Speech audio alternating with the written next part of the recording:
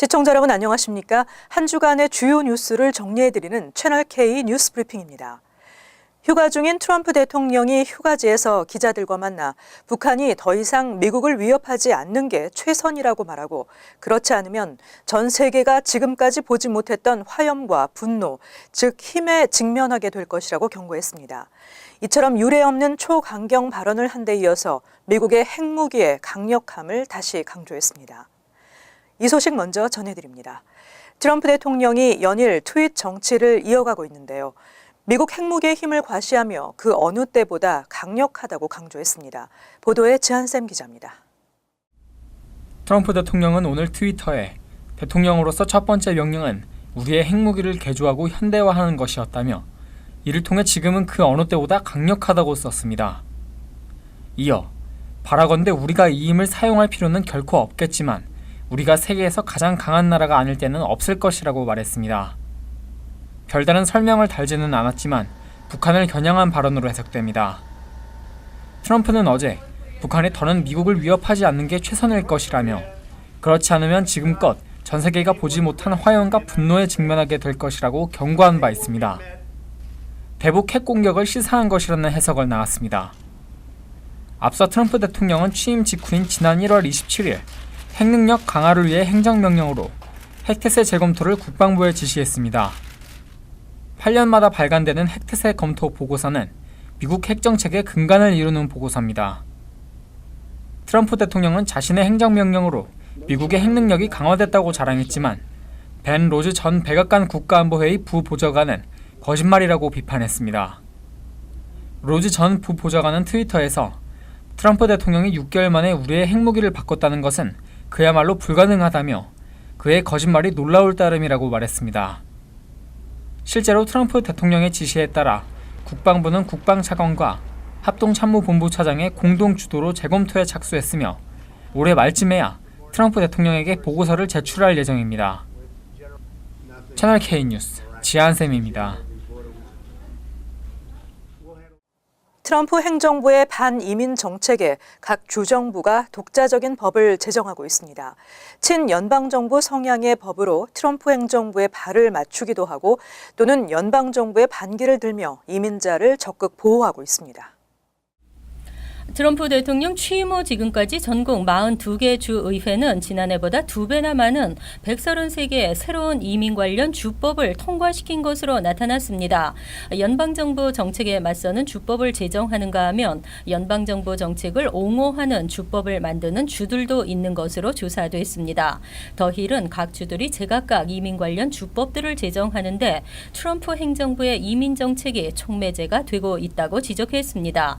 모 데니스 네바다주 상원 의원은 주 의회들이 저마다 독자적인 해법을 찾고 있기 때문이라고 분석했습니다. 36개 주들은 이민자 보호와 관련된 주법을 제정해 연방정부의 불체자 단속 정책에 반기를 든 반면 조지아, 텍사스, 인디애나, 미시시피 주 등은 연방정부 정책에 발을 맞췄습니다. 트럼프 행정부의 난민 억제 정책에 대해서도 콜로라도 주 의회는 난민 정착 프로그램에 예산을 새롭게 배정하도록 하는 새 법을 만들었습니다.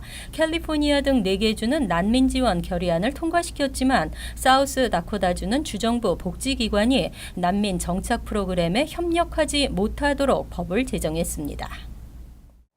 트럼프 행정부의 이민 단속 초점이 불법 체류자 단속에서 불법 체류자 고용주 단속으로 옮겨가게 될 것으로 보입니다.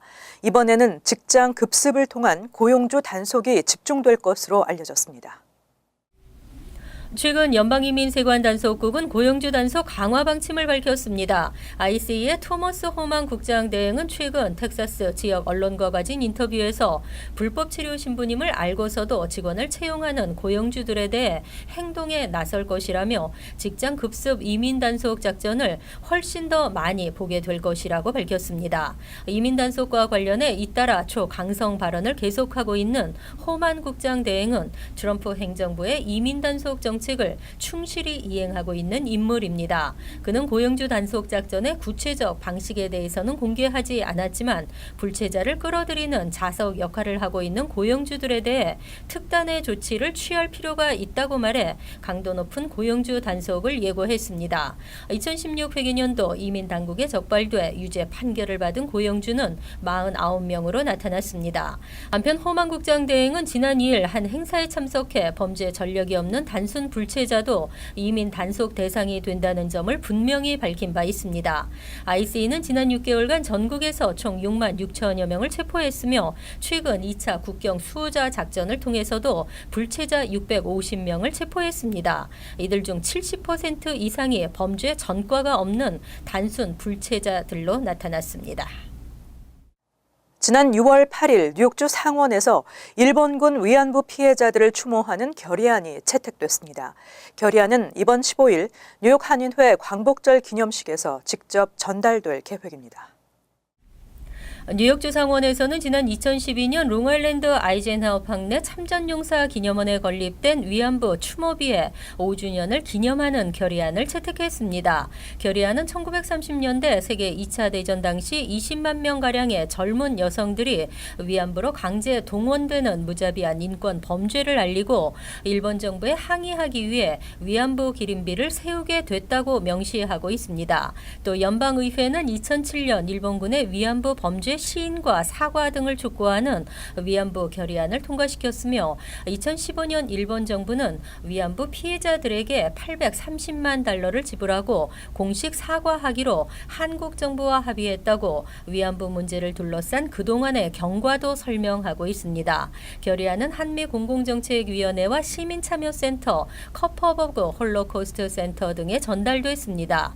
특히 법안을 상정한 일레인 필립스 의원은 오는 15일 뉴욕 한인회관에서 개최되는 광복절 72주년 행사에 직접 참석해 이 결의안을 뉴욕 한인회의에 전달할 예정입니다. 한편 결의안은 롱아일랜드 놀스 햄스테드를 지역구로 둔 필립스 주 상원 의원이 상정했으며 지난 6월 8일 채택됐습니다. 혈세, 국민들의 피 같은 돈입니다. 하지만 이 혈세를 흥청망청 쓰면 비리입니다.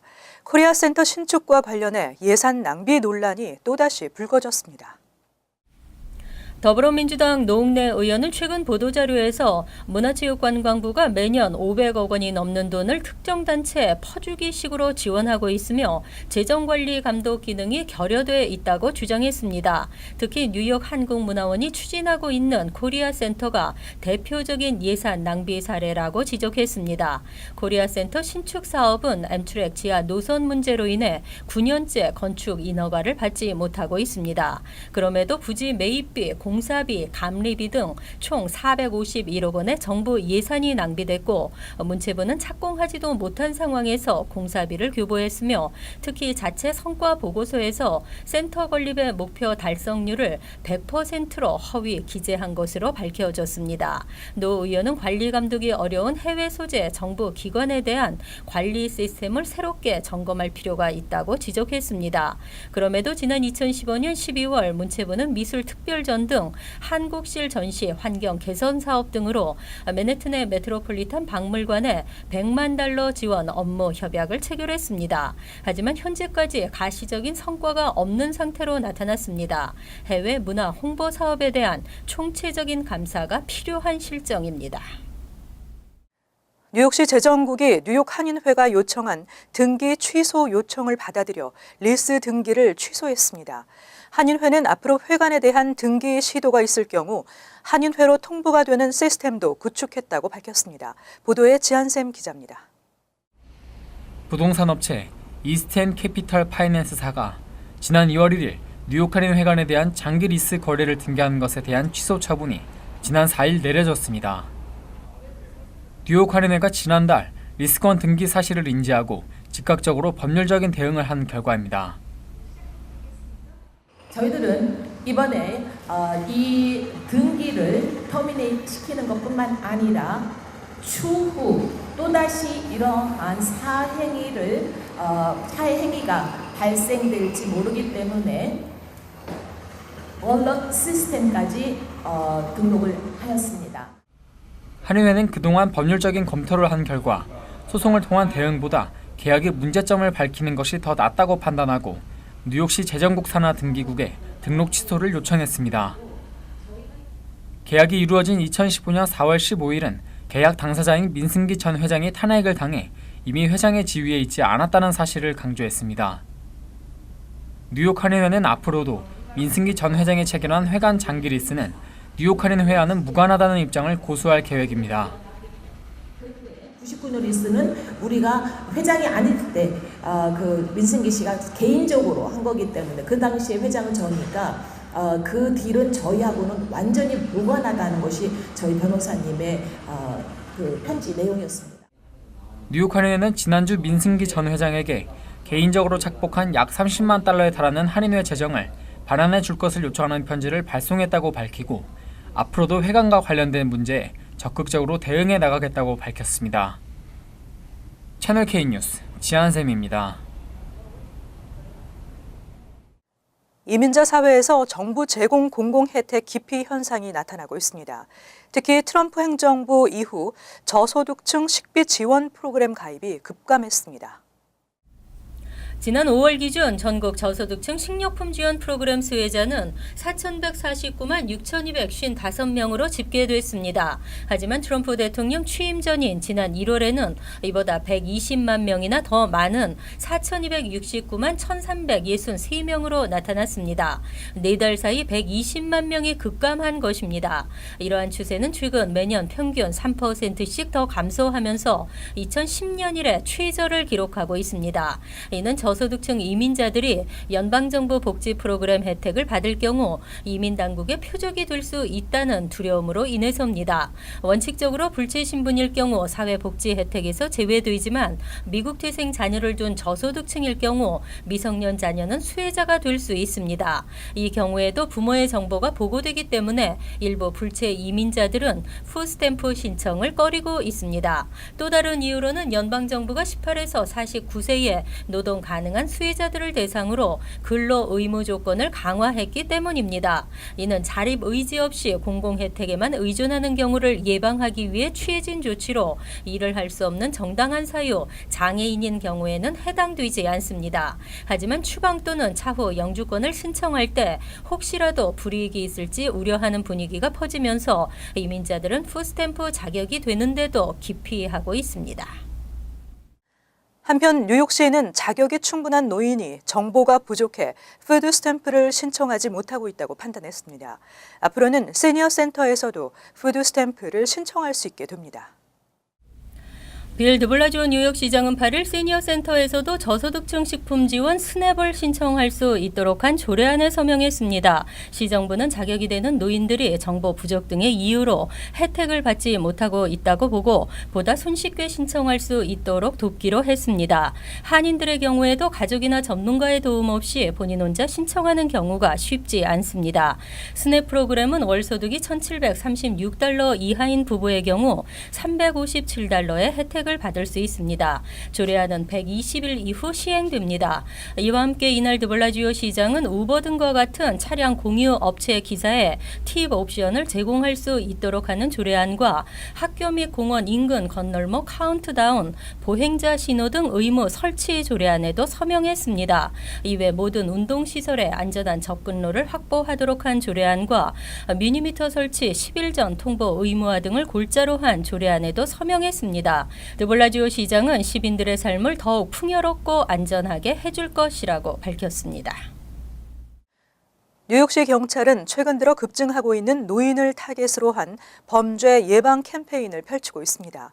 뉴욕시 경찰은 노인들에게 알람 장치가 장착된 팔찌와 범죄 예방 전단지, 또 위조가 불가능한 펜 등을 배포하고 있습니다. 뉴욕시 노인센터와 커뮤니티 센터 등지에서 잇따라 펼쳐지며 또 한인 노인센터 방문 캠페인도 9월 초부터는 진행될 예정이라고 합니다. 우리 한인 어르신들도 새벽이나 밤 늦은 시간에 가급적 혼자 외출을 피하시는 게 좋을 것 같습니다. 이상으로 채널K 뉴스 브리핑을 마칩니다. 시청해주신 여러분 고맙습니다.